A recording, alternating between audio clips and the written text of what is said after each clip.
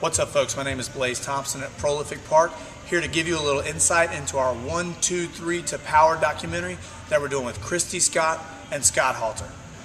Now, I've known both these folks for a long time. I've worked with them over the years, and what I want to do is show you a little bit about where they've been, where they are right now in the documentary's progress, and where I see them going down the road.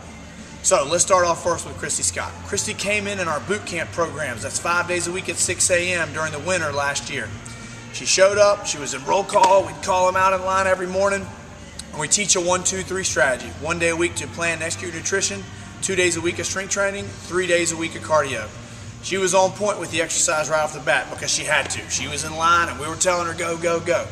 She fought me on the food. It took her really about 3 weeks to get that unless you let go of the steering wheel and let me drive this bus, you're not going to get anywhere with real quality weight loss, okay?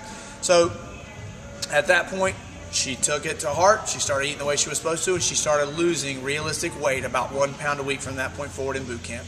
Now, at the end of camp, she had to make a decision. Could she go and tackle this 1, 2, 3 strategy on her own and continue with success, or did she need more attention from me? You know, and what I really felt like was, I don't know if you're ready, but she decided to go and try to do it on her own. Okay. A few months later, I see her in the gym. She's right back where she started. So I talked to her about doing some personal training. Now, one thing we didn't discuss was the fact that Christy has been struggling at that time with getting dizzy. She had had some heart issues where she would have the arrhythmia and it would cause her to get dizzy. It would spike her adrenal glands and she would basically almost pass out sometimes during exercise. And it was usually moderate to high intensity stuff that did that. You know, we all have some type of something we're dealing with, whether it's time, whether it's health, and we got to find ways to get around it, okay? So during this time that she's doing the exercise, she's dealing with that challenge as well. So, you know, she goes and does her own thing. She comes back, she starts personal training with me, and I keep hammering her with the 2 and the 3. We're doing the exercise, we're doing the cardio, but we're not losing weight, which means, look, we've got to tackle number 1. We got to get your nutrition under control, right? She also went, during the time she was away, and she had surgery. She got help with that heart issue. So when she came back, she was her fitness level was down from not getting to do as much. So then she'd get tired in our workouts right off the bat, just from the simple fact that she hadn't worked hard in a while. You know, but we can see, you know, over that brief period of time we started personal training, her fitness level started to go up, right? And then it was just, again, I had to hammer in, if we don't fix your food, nothing's going to change. And that's when I thought of this documentary as like a great opportunity to push her with accountability, not only me, but also to you. So that's where Christy started. Now let's take a look at Scott. Now, I've been training Scott for over 2 years. He's a good friend of mine as well.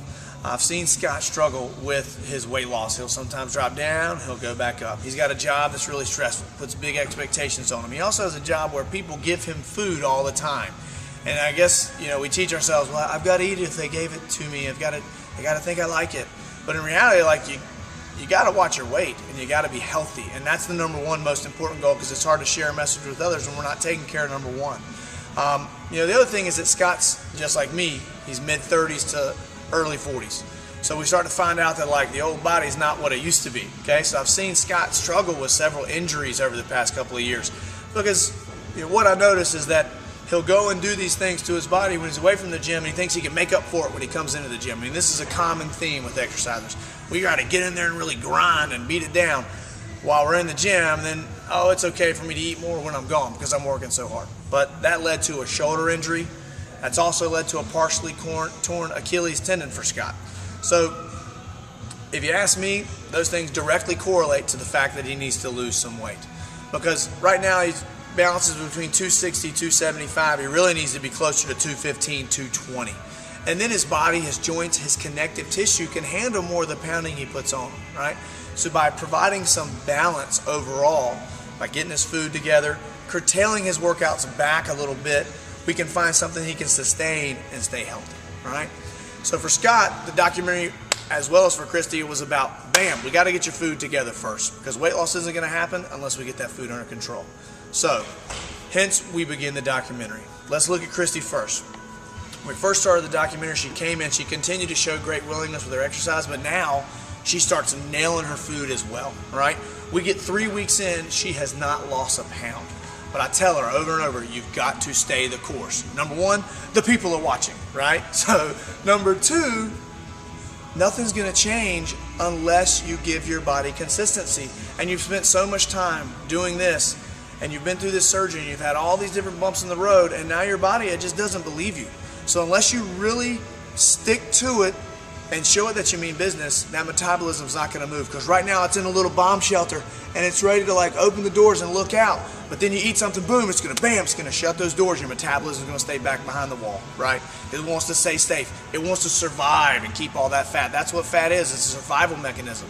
So you need to show it that you're giving it what it needs consistently. She stayed the course. I was proud of her. She had a tough week, you know, that third week when she didn't lose weight. She stayed the course though. She came in and she lost 3 pounds on the next weigh-in. And what it really signals was that her metabolism trusted her. All right, it took a little bit of time. Sometimes it takes 3 to 6 weeks for it really to get rolling. And now she's consistently lost a pound a week since then. But you know, this is a journey. It's not a destination. She's going to have to keep doing the same things, and that's what I've been preaching to her a lot. And she's still got a high level of willingness. You know, I think at some point we just get sick and tired of being sick and tired, and we got to do something different, and that's what she's doing. You know, we have to look at reality and not have a big party, though, explosion with a bunch of cheer wine at the end of it whenever we do lose weight. We got to sit down and have that internal gratitude of like, you know, I'm getting the results that I pay for with the hard work. Sometimes it doesn't happen instantly, but for her it started to happen consistently now because she stayed the course. All right, let's look at Scott. When he came in on the documentary, his foot was literally in a boot. So I had to build routines for him that he could do upstairs, more bodybuilding style routines. Here at Prolific Park, we have a great, fantastic, brand new weight room upstairs. So I got him upstairs working on machines, working on dumbbells, lots of isolateral work. Sometimes we're doing one side, other side, but we're keeping him stationary. We're not moving around with dynamic exercises, squats and legs and those sorts of things, because we got to keep that foot in the boot. So we got to keep him still. The big thing for Scott was tackling his food. Scott lost a lot of weight right off the bat, which really signals that, bam, you are eating incredibly poorly. If you lose like more than 2 pounds a week in weight loss, it means that your food was bad, right? And Scott will admit that it was bad. I think he lost 5 pounds a week, 2 weeks in a row. So let's just wonder what a food chart looked like before that. And now what's happened for Scott is, number one, the boot has come off. So we've got to train him and make sure that he doesn't overdo it or he's going to mess that leg up again. Number two, what we've got to look at now is the fact that this week he didn't lose any weight. So now's when the real work begins, because all that excess he was putting in for all that time and his body got in moderation, now he's where he's supposed to be, right? And now that grind of 1 pound a week starts, okay? So this is where each of them are. And this is what I see going forward that'll be the biggest challenges. For Christy, it's just going to be staying the course. And for losing 1 pound a week, or maybe sometimes a half a pound a week, to be okay. Because sometimes when it comes to my weight loss, it's this really fine line, right? If I don't lose weight, I can get emotional.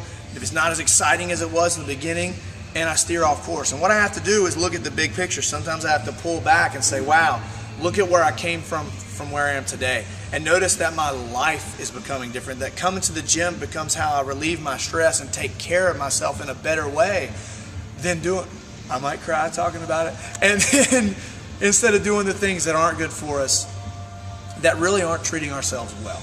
And with Scott, his big challenge going forward is going to be pulling the reins on that big horse, right? He's got to continue to move with balance. If he tries to go full-fledged back into squats or to jogging or doing all this stuff to get that 5 pounds a week again, he's going to end up popping some stuff, right? I mean, that's just a fact. I've seen it before with him. So it's going to be designing a program for him that gives him the pump, the sense he wants in the gym, like we all been. We want to feel the pump, you know, when we work out. But at the same time can keep him healthy and keep him with moderation, you know. And then for that guy as well, are you not writing something down on your food chart? Like, I want to know the truth. Tell me everything you put in your mouth, because sometimes that brother will let something slide in. He's like, oh, I forgot that one. So anyway, the truth is right now I'm very proud of both of them. They've shown a high level of willingness, and I think it's really cool that they're putting it out for all you to look at. Because the truth is, when we see stuff on TV sometimes and people are losing 20 pounds a week, it's not reality. It's geared towards, you know, television. And 1 pound a week is healthy weight loss. Grinding is what it's about. Showing up for yourself and getting in here even when you don't want to. Those are the days that are most important. Some days you'll come in and your worst lift is your first lift of the day. But then the fact you stayed through the workout and by the end of it you found a part of that workout that made you feel better, right? So that's what this boot camp coming up 5 days a week at 6 a.m. in January. Outside of that, keep looking for updates, because Christy and Scott are going to bring it all the way through the holidays. Thanks a lot for listening, and I'll send you some more info down the road.